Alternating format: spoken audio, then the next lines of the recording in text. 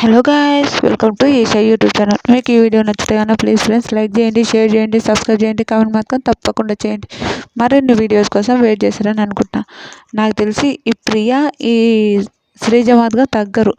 నాకు సారే చెప్పిండు, ఏంటమ్మా మీరు తుత్తు అంటారు, ఒకరు వాడితే ఒకరు సన్నాయి పడతారు, ఒకరు ఫస్ట్ వాగుతారు తర్వాత సన్నాయి వాగుతారు అని సూపర్ ఇచ్చిండు. నిజంగా నాకు సారు ప్రియకి ఇచ్చిండు, ప్రియకు శ్రీజకి ఇద్దరికి రెడ్ కూడా పూసిండు కలరు. నాకైతే హైలైట్ అనిపించింది నిజంగా. ఈ శ్రీజ ప్రియ సార్ అంత అన్నా కూడా తర్వాత కూడా మళ్ళీ ప్రియ లేచి మళ్ళీ మాట్లాడుతుంటుంది. వామ్మో వీళ్ళు ఏం మనుషులరా నాయన అని ఒక థాట్ అనిపిస్తుంది నిజంగా.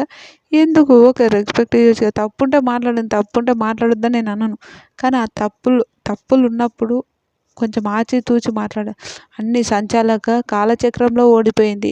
సుమనన్న విషయంలో ఓడిపోయింది. సుమనన్న విషయంలో సుమనన్న జాకెట్ని కొడితే లేదన్నావు, నువ్వు ఎలిమినేట్ అయినావు, నువ్వు అవుట్ అయినావు అని అరుస్తుంటుంది. ప్రియ మాత్రం నిజంగా ఒక కన్నింగ్ ఫేస్ అనిపిస్తుంది నాకు. ప్రియని చూస్తుంటే చాలా కోపం వస్తుంది ఒక్కొక్కసారి.